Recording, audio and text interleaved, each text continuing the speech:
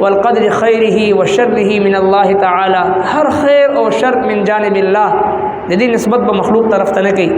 دی طرف ته په دې آخري آیت مبارکه کې اشاره ده، لله ملک السماوات والارض وما فيهن، خاص الله لره د بادشاہت د اسمانونو او د ځمکې او څه په دې دوانو کې دی، او هو على كل شيء قدير، او الله جل شانه په هر څه باندې قادر دی. سورة المائدہ آیت نمبر 120. اعوذ باللہ من الشیطان الرجیم، بسم اللہ الرحمن الرحیم، للہ ملک السماوات والارض وما فیہن وهو على كل شيء قدیر. صدق اللہ العظیم. پدی صورت مبارکہ کی اللہ جل شانہ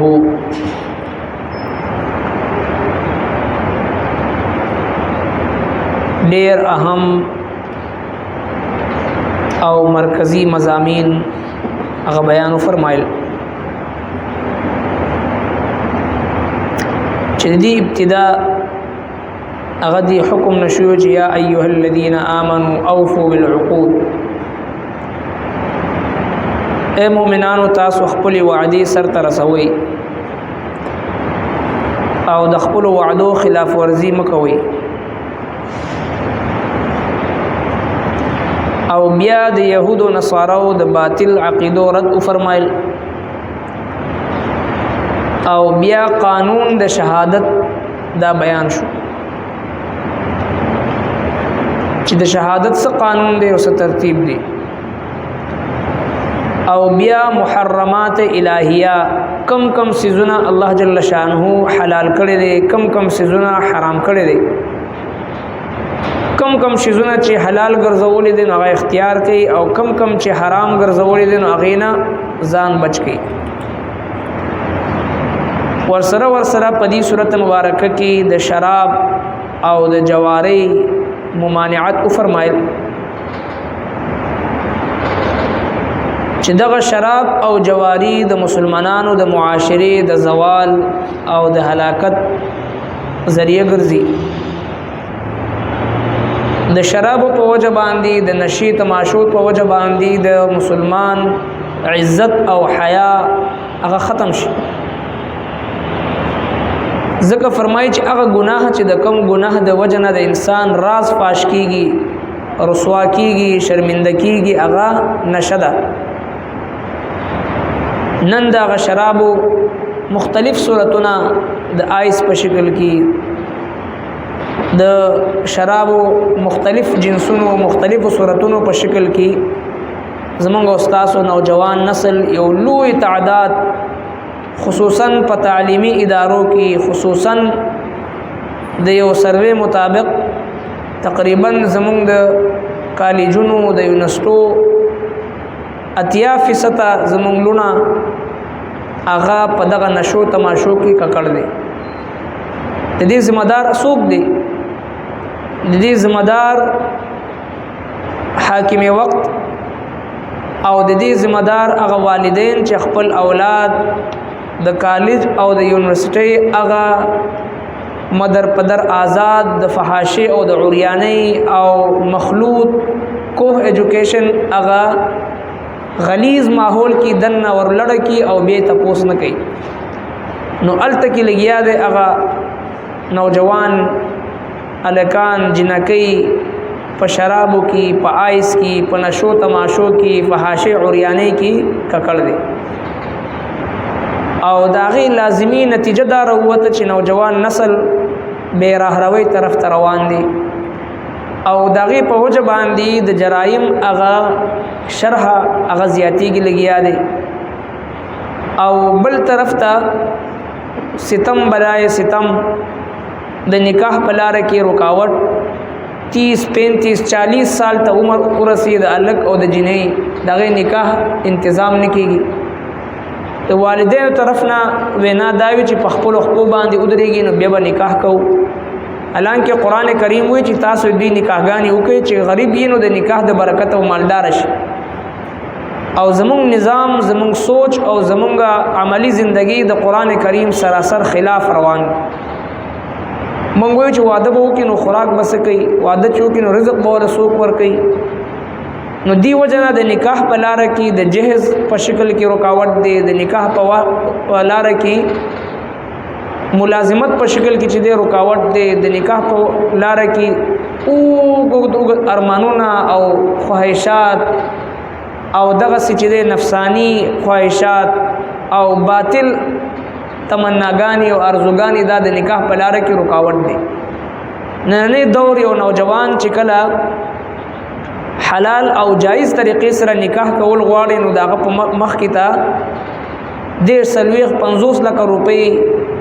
اخراجات او داغې مخ کې د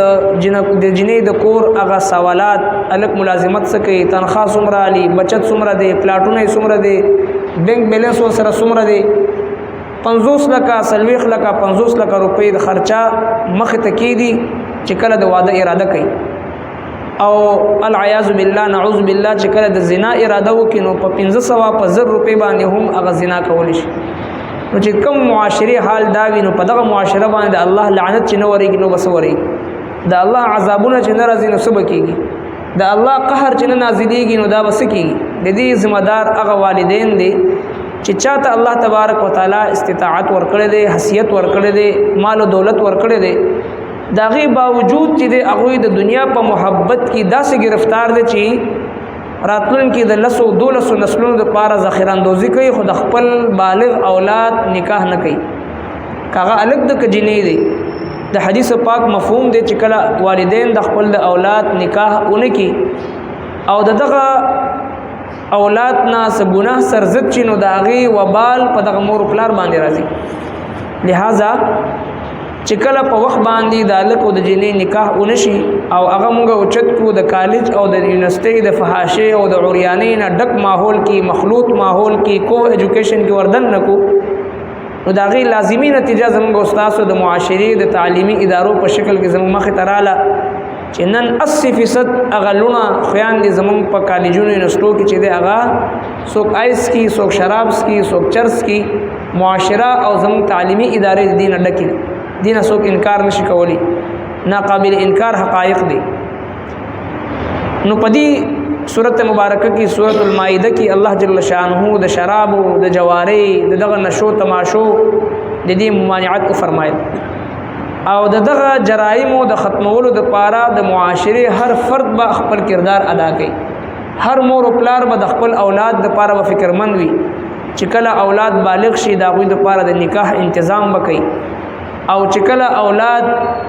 د تعلیم عمر ته ورسینو دا غي د پاره داسې ماحول کې د تعلیم تنظیم وکړي چې هغه کې کوه ایجوکیشن نه هغه کې مخلوط فحاشی او عریانی نه پاغي کې نن تعلیمی ادارو کې تعلیم کم دی او لمتوب او بے حیايي او مخلوط فحاشی او عریانی دا زیات نو مور پلار له پکار د خپل اولاد تعلیم او تربیت په داسې ځای کې وکړي چې ال کم از کم دغه فحاشی او عریانی بے رهروی نشي تماشي دانی نن چې تعلیمی ادارې په خوا کې تیر شو مخ نه تیر شو مونږ ته دا نه محسوسي کې دا تعلیمی اداره ده بلکې تصور کې دا راځي چې دا چرته سینما ده او پدې کې ماشومان ته د ډانس چل خودل کېږي د موسیقي چل ورته خودل کېږي د باجو چل ورته خودل کېږي دا ذهن ته نه راځي دا تعلیمی اداره ده پدې کې د الله ذکر خودل شي پدې کې اخلاقیات خودل شي پدې کې چې یو هنر ورته خودل شي پدې کې د مور پلار ادب او احترام او د معاشري حقوق ورته خودل شي د الله او د الله د رسول معرفت ورته خودل شي نو چې کله اولاد په داسې تعلیمي ادارو ته وردن نکونو بیا داغي لازمی نتیجه مقتدا راوته د پاکستان په شانتي ملک چې د لا اله الا الله په بنیاد باندې د شپږو لکو نه زیات خلکو د وینې د ورکولو نه بعد د ملک آزاد کړي شو د لا اله الا الله په نوم باندې نن الته لګیا د اولډ هاوسز کولاویږي او اسلام آباد لاهور کراچي په شان غټ خارونه هغه پغې کې کوم اولډ هاوسز دي هغه د مور پلار نه د بوډا بوډي مور پلار نه ډک پراته دي هغه په سرستر کو باندې جاړي چې موږ د خپل بچو سره وخت تیرول غواړو د خپل نوسو سره وخت تیرول غواړو خو زموږ ځامن او زموږ انګوریان په کور کې نه پریدي بیا دغه تعلیم چې کوم فحاشي او عریاني صادر لاندې حاصل کړی شوی وي هغه ماشوم الګ جنې باندې مور پلار بوج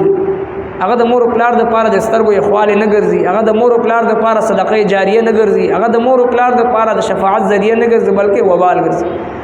لہذا په دې سوره مائده کې الله تبارک وتعالى دغه محرمات د شراب ممانعت د جواری ممانعت په حرام طریقې سره د مال ګټلو ممانعت دا په دې سورته مبارکه کې الله جل شانه فرمایي او بیا د طهارت چې یو مسلمان ظاهرا باطنا په هر اعتبار سره بزان پاک ساتي ظاهری طهارت باطنی طهارت دا چې د مسلمان لپاره لازمی او ضروری د طهارت بیان په دې سورته مبارکه کې تیر شو او د شرک او د مشرکانو مختلف مسائل او بیا په آخر کې الله تبارک وتعالى دریو خبرو طرف ته اشاره و فرمایل چې دا درې خبرې د دې سورته مبارکه خلاصه دي یو دا چې څرنګه نبی کریم صلی الله علیه وسلم ټول شپه د رب کائنات په حضور کې جړل او دک آیت مبارکه په قیام کې په رکوع کې په سجده کې په هر حالت کې دا آیت مبارکه په جواب باندې جاری و او جړلې ان تعذبهم فانهم عبادك وان تغفر لهم فانك انت العزيز الحكيم د عیسی علیہ السلام دا التجاء او سفارش رب العالمین ته په دې الفاظ سره التجاء کولو ای زما رب کته زی بندگانو ته عذاب ورکول غواړي نو عذاب ورکول شي او کته دوی ته بخنه وکي نو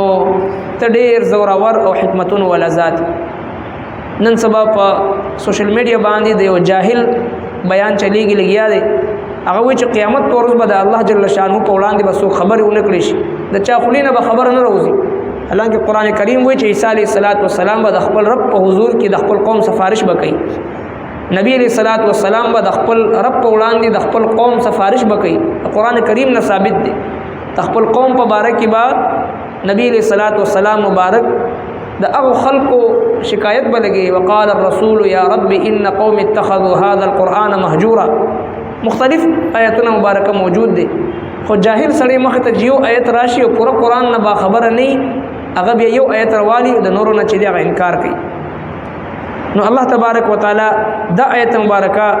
په آخر کې ذکر کړ چې هر مسلمان په هر حالت کې بعد الله تبارک وتعالى نه د مغفرت سوال کوي دیم دا قال الله هذا يوم ينفع الصادقين صدقهم کم خلق چې په صداقت سره دنیا کې ژوند تیری د دروغ نه ځان بچ کی د دوکې فراډ نه ځان بچ کی ایمانداري سره ژوند تیری د دوی د ایمانداري سره ژوند تیرول په آخرت کې به دوی ته فائدہ ورکړي هذا يوم ينفع الصادقين صدقهم قیامت پر ورځ باندې د رښتینی خلکو رښتیا ویل دوی ته فائدہ ورکړي او دریم آخري آیت مبارکه کې د ټول سورت بلکې د ټول قرآن خلاصه ذکر شو لله ملک السماوات والارض بادشاہت د اسمانونو او د ځمکې دا صرف او صرف د یو الله تبارک وتعالى سره دی خالق مالک رازق دا یو د الله تبارک وتعالى ذات دی انسان د خپل د وس مکلف دی په دنیا کې د خپل وس مطابق به کوشش کوي او نتیجه به په الله جل شانه باندې پریدي دا بنوي چې زه کاروبار کوم نو رزق به او چې زه کاروبار نه کوم نو رزق بنئ او زه مهنت کوم نو زاد مال د مهنت په نتیجه کې سم ملاويږي زما د مهنت نه بغیر اسم نه کیږي نه بلکې خپل کوشش وکړي نتیجه به الله تبارک وتعالى په ذات باندې پریدي ځکه چې خالق مالک رازق نفع ورکول والا نقصان ورکول والا عزت ورکول والا ذلت ورکول والا حاضر او ناظر مشکل کشا حاجت روا صرف او صرف یو د الله تبارک وتعالى ذات دی دغه صفات د بندګۍ دغه صفات د الوهیت د الله تبارک وتعالى نه سوا بل چاته بنور کوي مخلوق ته باندې نسبت نه کوي په هر حالت کې به توحید باندې با کلک اوسېږي استقامت به اختیاري د هر قسمه والقدر خيره وشره من الله تعالى هر خیر او شر من جانب الله د دې نسبت به مخلوق طرف ته نه کوي